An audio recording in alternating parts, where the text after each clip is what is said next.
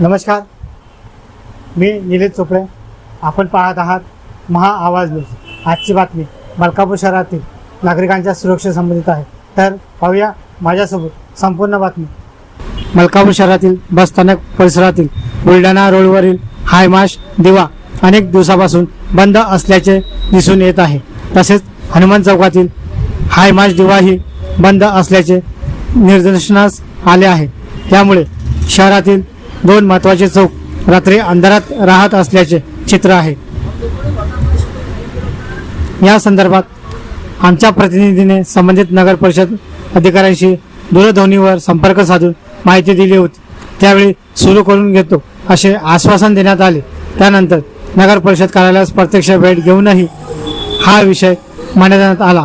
मात्र त्यानंतरही परिस्थितीत कोणताही बदल झालेला दिसून आला नाही.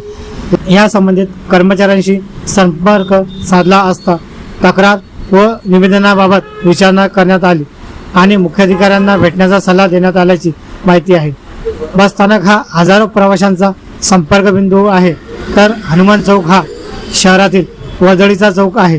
अशा ठिकाणी प्रकाश व्यवस्था बंद असल्याने महिला, विद्यार्थी, ज्येष्ठ नागरिक, व्यापारी आणि प्रवाशांच्या सुरक्षिततेबाबत चिंता व्यक्त केली जात आहे. या पार्श्वभूमीवर नागरिकांकडून बंद पडलेले हायमाश दिवे तातडीने सुरू करण्यात यावे अशी मागणी नागरिकांकडून केली जात आहे.